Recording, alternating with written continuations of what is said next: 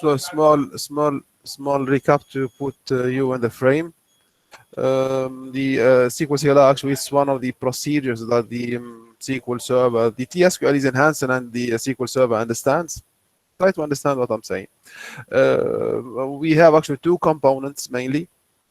The stored procedure, which is actually a trigger sort. It's something, a kind of an element responsible for running a back-end tool or a back-end function or a back-end process.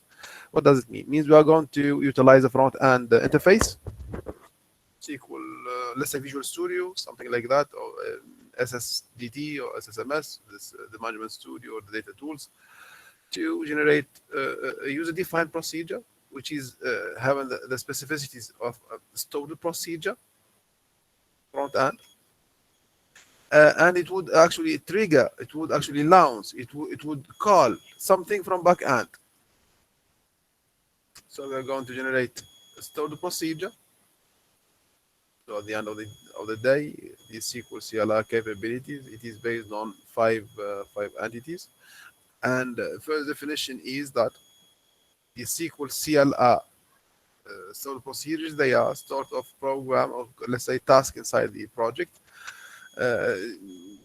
interoperating two elements: the stored procedures from front end and the CLRs from the back end. Front end, we mean by that the APIs we define the unit number one, the Management Studio SSMS, or the data tools, the SSDT, or the let's say Visual Studio. Those are the APIs we define so far, because they have to enhance the .NET. And the back end, the CLR, actually we talk about the SQL Server.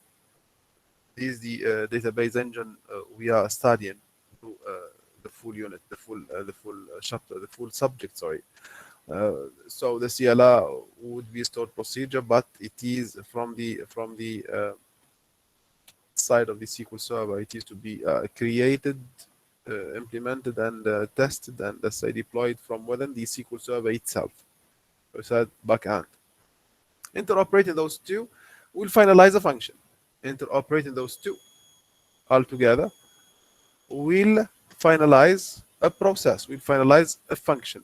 So a task inside the program.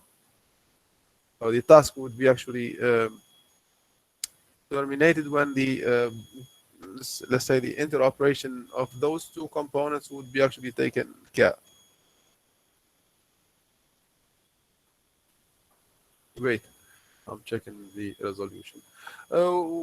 Actually, running such let's say technology, the SQL CLR needs from us actually entities to interoperate to finalize this technology, this let's say potential, I may say, which are the stored procedures themselves. Because at the end of the day, we're going to trigger a CLR, let's say common language runtime process from back end, starting from a front end interface. I repeat this phrase: we're going to trigger a back end process starting from front end. So we are going to use an API. It's not going to happen all of a sudden by itself. No, there have to be actually a trigger. The trigger has to be from the front end interface, has to be launched from the project itself to go to the back end, to the data store, which is the stored procedure row. The trigger itself, actually, it is the stored procedure. We will have actually a definition. The triggers, they are and one of the entities to cause the launch or the execution. It is something to fire the execution. It is something to start, to cause the start of a process. Trigger. They are stored procedures at the end of the day. Stored procedures. And remember, just for one of, if I ask you in the interim, in the exam, in the semester, next class, in your interim, if I ask you, triggers, are they to be implemented in the front end? What would be your answer? Actually, it has to be by true. Why? Because the triggers, they are stored procedures, and stored procedures, they can be enhanced within the API only, not in the SQL server, not in the back end. It is to be in the front end. The front end means either the Visual Studio or the SSMS or the SSDT. Thus, the triggers, they have to be in the API also. Functions, actually, we have one dedicated group of SQL data types that they enhance predefined, or they, let's say, they provide predefined methods. They are nominated functions because they are providing or procuring a return. In addition to that, we can create our user-defined functions, UDFs, user-defined functions, to finalize the run of the SQL CLRs. The aggregates, they are a group of predefined math or analytical, like we saw in the unit number 2, analytical tools to facilitate the extraction or the management of data from within the back end. The aggregates we saw in unit number 2, the lead and the lag, they are examples. All the others also, they are validated, since they can be transmitted from within the query itself, from the body, within the body of the query itself. So they are aggregates. The query, what is it? The select, the insert, the update, the DML query, the data manipulation language. So they are aggregates. Example, we said what we saw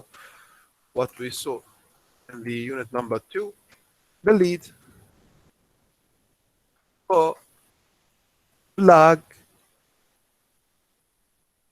Here we are going to see others, the sum, or any whatever. There are actually methods that predefined. They are predefined.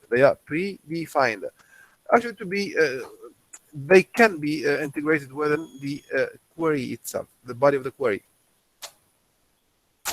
Aggregates. For what purpose? To facilitate the data manipulation, no more, no less. It depends on the task, depends on the project. User-defined types, we saw the table types, we saw the table extensions, unit number 1. Still, they are actually supported to remember those entities here, those 5 entities. They are not to be 100% fully available in just one SQL CLR. No, but their existence means a CLR will work. One of them is existent, so it depends on the process of the SQL CLR. We might need the trigger, we might not. The launch of the SQL CLR, it might be automatic or autonomous, done by the system, so we need a trigger. If it has to be done manually by clicking a button or just opening a page or loading a file, so we do not need a trigger. Thus those entities here, those 5 entities here, sorry, they are either to be available all or some of them. Either all of them to be here to generate one SQL CLR, or just some of them, not all of them.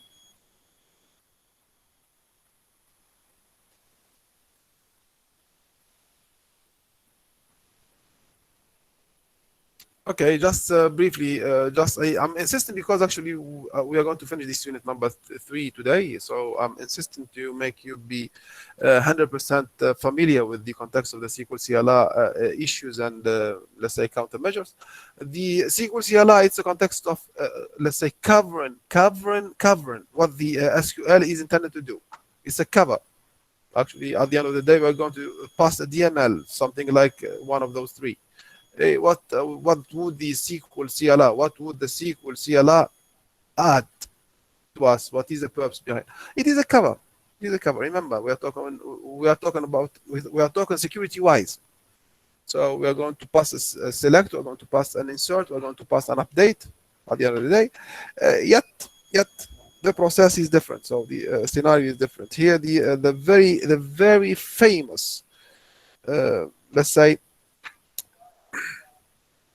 enemy to the SQL data manipulation tools, or the SQL data engines, or the DBMS in general, the injection, the SQL injection, the SQL injection, the famous SQL injection. Through those 3 statements we explained last class, but briefly here, just to remind you, we said that those 2, they are vulnerable, the second and the third. Why? Due to the quotations. And we saw the tautology attack. This is the one, actually, it is less vulnerable. It's not vulnerable, but it is less vulnerable. Why? Because the tautology is easy to implement when the query is holding the quotation, either single or the double. it's easy to implement it's much more easier to implement the tautology, the SQL injection type 1 = 1 attack, when the quotations are implemented rather than the statement or the query when the quotations are not available. So this one would not help the attacker to, let's say, fulfill his 1 = 1 attack SQL injection. I write it here: 1 = 1, 1 = 1 attack. It is named, sorry, it is named tautology.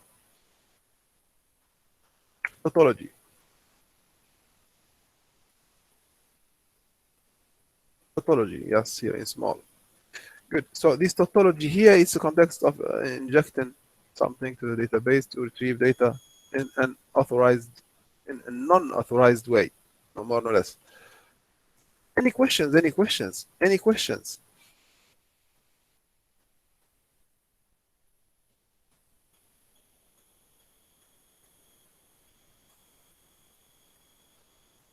Okay. Great. Every single, let's say, SQL CLR to be implemented within a SQL Server project or a database-based project. Here we talk about the SQL Server mainly. The CLR has to be enabled because by default it is not enabled. It is not enabled. The default status of CLR is not enabled. So we have to enable it. To enable it, we call a predefined procedure the SP configure. And this predefined procedure we call actually the let's say the tool CLR, and it has to be enabled either to set it to yes, true, or false, 0 or 1, no more no less. Then we have to reconfigure, rebuild, or reconstruct the full environment. This is command number 1, and this is command number 2. We enable or we disable. 1 means enabled, 0 means disabled. You do this or that, depends on your scenario, on your context, the request sent to you. Then after, the full environment has to be reconfigured to reconsider what this SP configure has brought. To consider what the SP configure procedure has done, we have to reconfigure the full. We have to make the full program consider that. Generally, and here we are talking about the structure of an SQL CLR. It's a .NET group of assemblies to be called by a function or a type, and this assembly here to be seen. Sorry, this assembly to be seen within a field, a column, a view, a stored procedure, a trigger. So all of them, they may visualize an assembly. An assembly, as first definition of what is an assembly, it's an operating system. It's an environment library.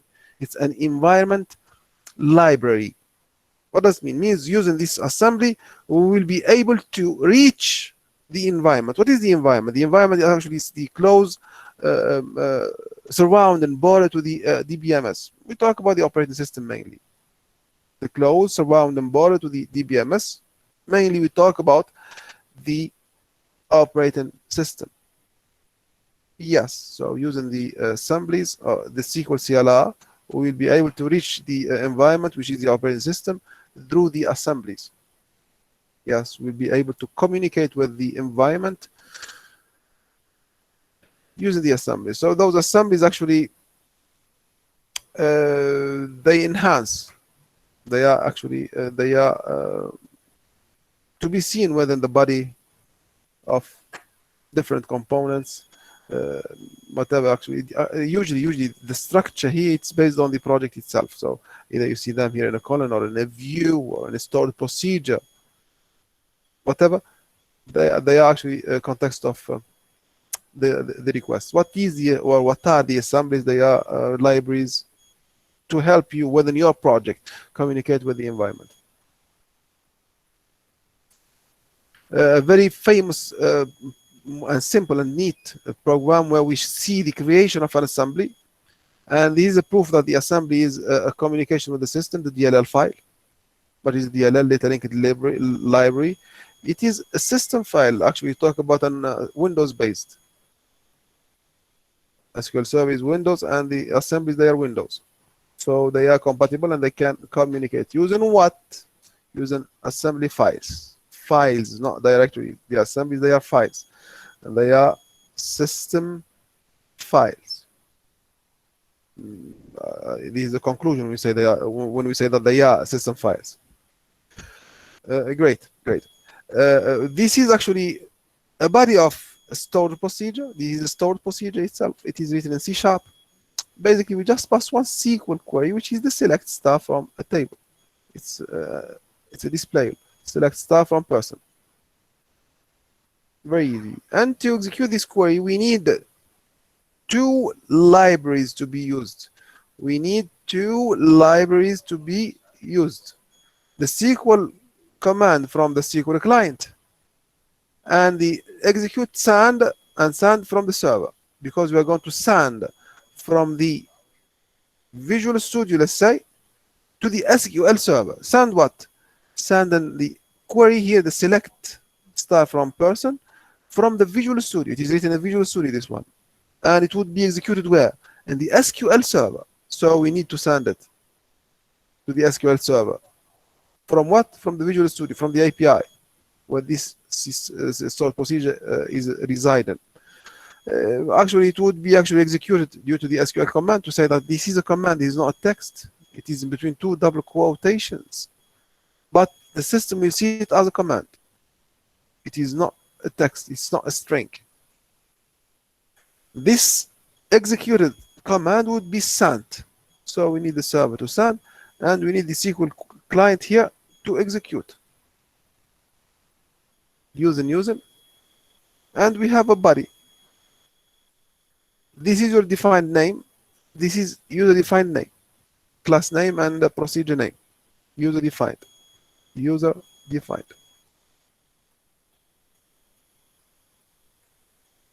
Any comments? No. Yes. No. Great. The procedure we linked here, actually here we are sorry, we created here. Here we're going to execute. We're going at the end of the day. Sorry, the assembly it holds a function. The assembly holds a function. This SQL CLR demo here, it is a function or a group of functions to have the benefit of, to utilize it somewhere or somehow. So we're going to execute it. Here it is. So inside the what? SQL server. Inside the SQL server, since we are using the create here, it's a SQL server. It's inside the SQL server. We are going to create a stored procedure. We see the CLR. This is a CLR. Since it is inside the SQL server, it cannot be stored procedure. It can be a CLR. It's the backend. And this CLR will be acting as what the procedures, or what this assembly is holding. The function is available here. So what this assembly is linking to us. Actually, this stored procedure is linking us to the user defined function. SP contacts quick. This is the one. SP contacts quick. It's the user defined procedure here. It's not function, procedure, since we have void. There is no return. And what does this SP contacts quick do? It only sends a query to the SQL server, which is the select. It only sends a query to the SQL server, no more, no less. It's just one query to be executed. We can have more than one, because we have a scope starting here and ending here. Then this procedure here, actually it has to be actually what we created, the SQL CLR. It has to be executed now from within the SQL server itself. Either we use the keyword exec, this keyword you have to know, or straightforward you just type the name. Either this or this. One or this, yes. One of them is enough to execute, to launch the execution of the stored procedure.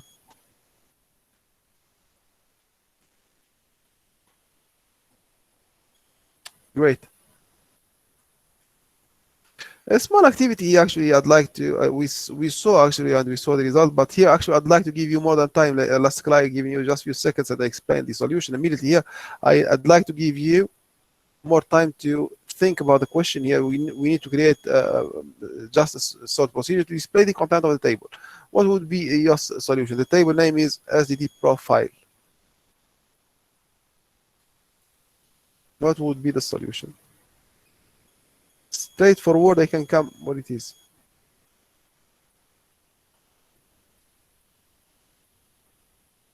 I can come back to this slide. Unique modification to happen is this here. SCD profile. Instead of student, a person, it would be SCD profile. So it's the same. We're going to define two libraries. One to execute and one to send. The SQL client to execute and the server to send. Then the query in between. Select star whatever. Very easy. So the activity here is the solution. Yes, exactly. So it's another user-defined name here for the procedure. We are using the same class name, but another user-defined name for the procedure. The same structure, but here I use the DBO database owner as a schema. The schema here is the DBO. It's the default schema in the SQL Server.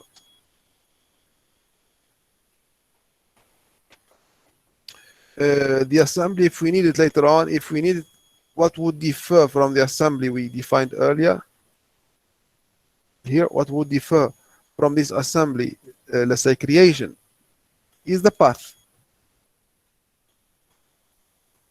The path to the DLL file. So this phrase here, in between single quotations, is the path to the DLL file. So it differs from a computer to another. It differs from a computer to another and from an execution to another.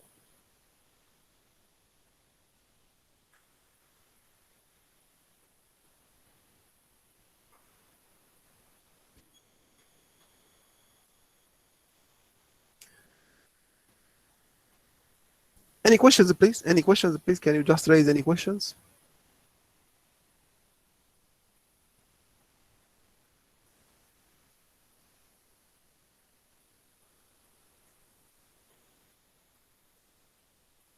I believe that you are with me and you have no questions.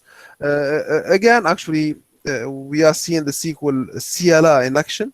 Remember that it is to be run on the SQL Server itself, to be hosted and executed by the SQL CLR, but the SQL Server itself. The SQL CLR, since it is Microsoft based, so it enhances the .NET objects, so we can integrate components from the yes, there is a scenario for that. There is a scenario for that. There is a weakness actually within the when we implement within a node environment here. Actually, it is to be said.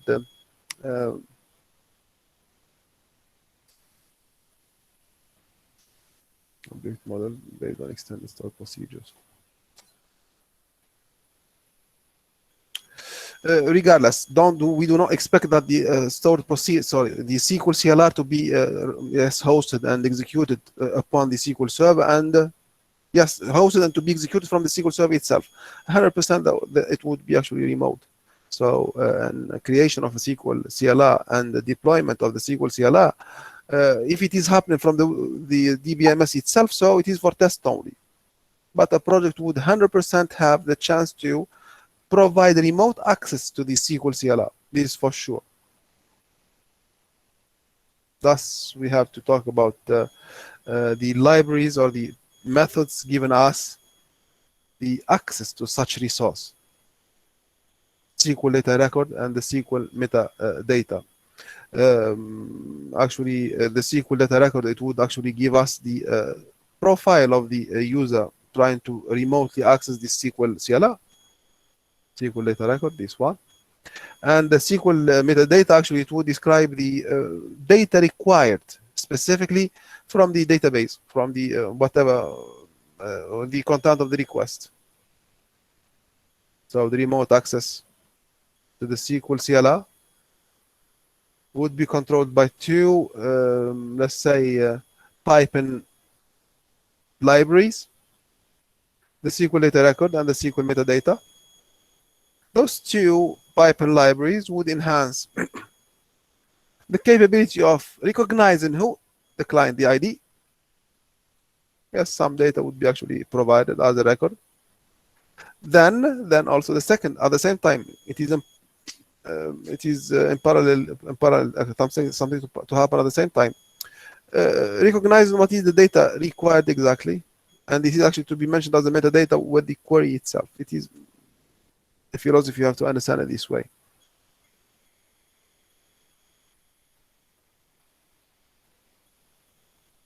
Shall we pass? From the 5 entities we discussed earlier that they enhance the build of a SQL CLR, we come to the functions, triggers, and aggregates. But before of that here, the context of the deployment.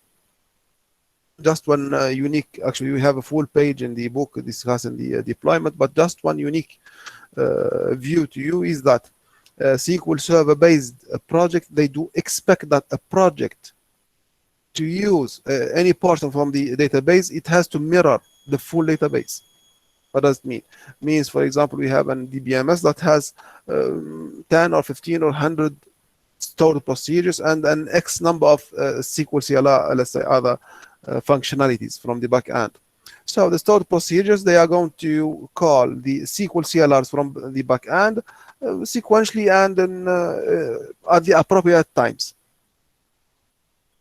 Thus, the SQL Server itself, the SQL Server, the DBMS, is expecting that the project in question would mirror the full database once he needs any component from the database, a SQL CLR or even other TSQL based, let's say, transaction. A full database copy, it would be actually taken to the project environment where the project is running. Deployment.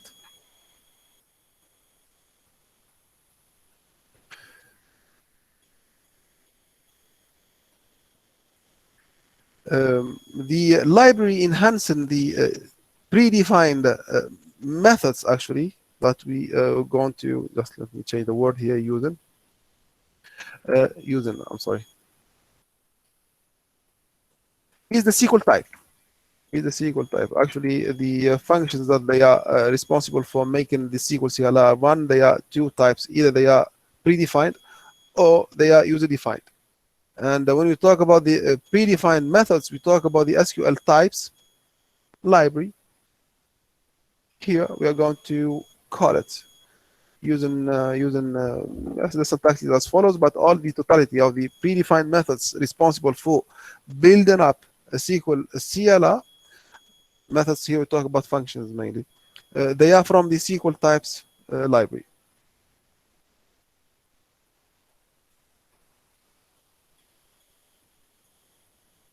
And as per first definition, I'm insisting on using the word function because actually remember that the function has to return a value. It is to make a process and procure a return, procures an output. And the output is a return. It's not a display. Function, it is just a function is a procedure that returns a value or an object. If you are talking about yes, an object as whatever.net or something. Good. The triggers, we define that it is one of the very famous pillar, and it is a pillar from the entities that they are constructing the SQL CLR.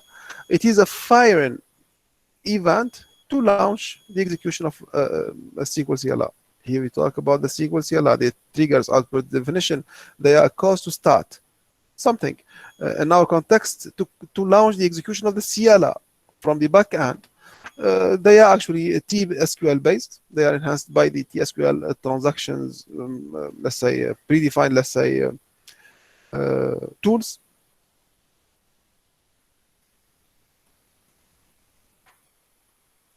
They are to be stored from the. They are to be actually stored and executed from the API, either the SSMS, SDT, or the Visual Studio again. and to be called by the SQL server. Here, the trigger, actually, it is a trigger. Why? Because it is launched based on time. The execution of a trigger, it is a time constraint. It is time. It is an event to run based on time. It is an autonomous. It is to cause the SQL CLR to run in an autonomous way, autonomously, and this autonomous aspect, it is because of the time as an event. So we say that the SQL CLR has to be, for example, launched at midnight. What does it mean? It means at the time 0000, the trigger has to cause the SQL CLR to be fired, to be executed. So the time is the constraint. The time is the constraint that this trigger is controlling, or that the triggers they are using to control the SQL CLRs.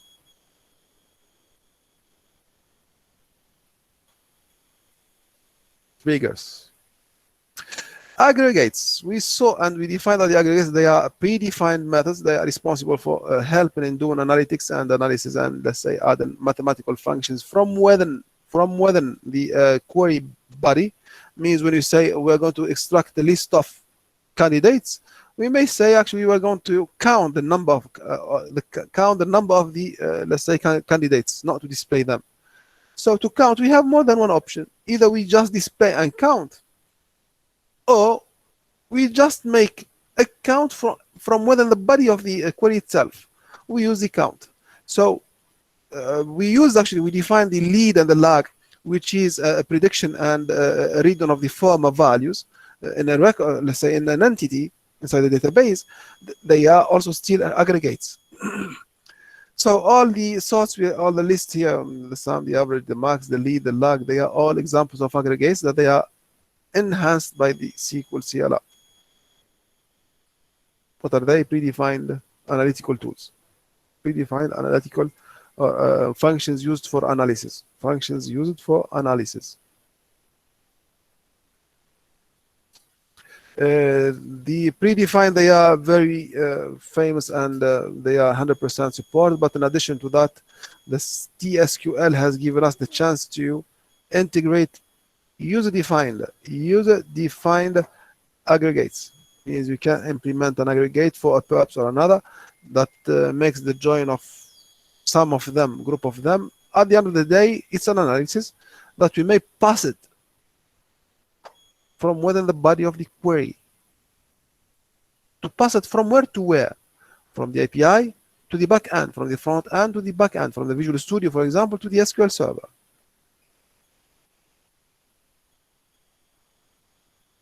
This is what we note by, well, this is what we are pointing to when we say we are going to pass an aggregate to within the query body. The last element from the 5, let's say, entities constructed in the SQL CLI is the types.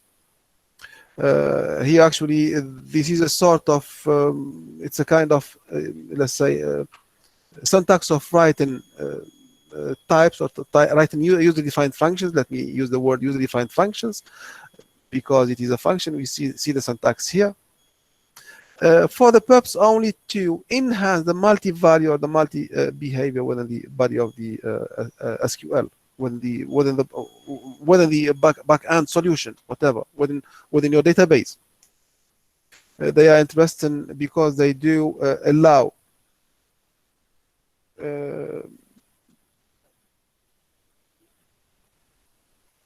objects to be stored, let's say.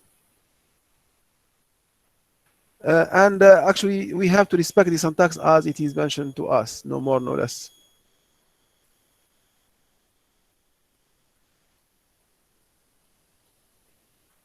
The syntax, why? Because they are not to be called as the types. They are not going to be called as a simple function, just call the name and go. No, we have to respect the TSQL syntax. We have to respect the syntax, otherwise we would return empty value.